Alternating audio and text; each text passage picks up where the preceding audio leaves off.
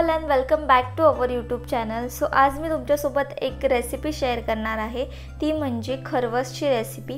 तर ही ओरिजिनल जो चिकाचं दूध असतं त्यापासून हा खरवस बनवलेला आहे। एकदम तोंडात टाकताच विरघळणारा मलाईदार असा हा खरवस आहे। तर एकदम बनवायला सोपा आहे। तर व्हिडिओ तुम्ही नक्की स्किप न करता लास्टपर्यंत बघा। चला रेसिपीला सुरू करूया। तर सगळ्यात मेन आपल्याला लागणार आहे ते म्हणजे दूध। तर इथे मी गोकुळ स्पेशलचं जे दूध असतं ते दूध घेतलेलं आहे, कारण ते दूध एकदम घट्टसर असतं आणि खरवसासाठी जर तुम्ही घट्टसर दूध वापरलं तर त्यांनी खरवस खूप छान असं सेट होतो, मलाईदार होतो।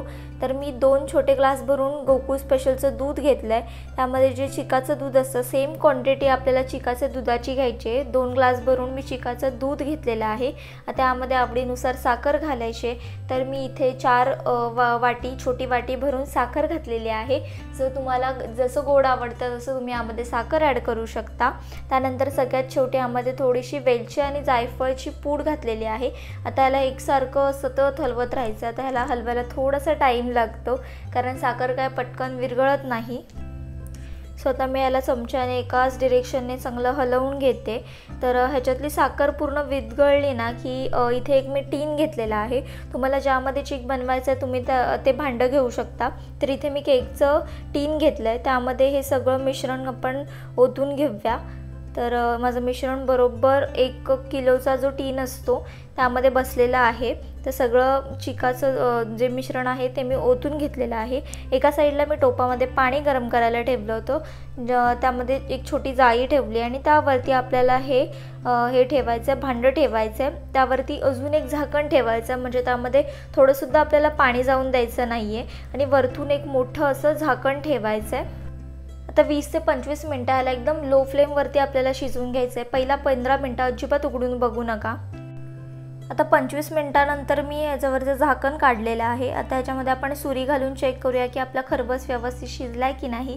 तर सुरी घातल्यानंतर सुरी पूर्णपणे क्लीन आलेली आहे, म्हणजे आपला खरवस व्यवस्थित असं शिजलेला आहे। आता ह्याला थोडंसं थंड करून घ्यायचं आहे। थंड झाल्यानंतर मग मी ह्याला सुरीने ह्याचे थोड्या वड्या पाडून घेणार आहे। तर मी इथे वड्या थोड्या मोठ्या पाडलेल्या आहे, तुम्हाला हव्या तर तुम्ही छोट्यासुद्धा पाडू शकता।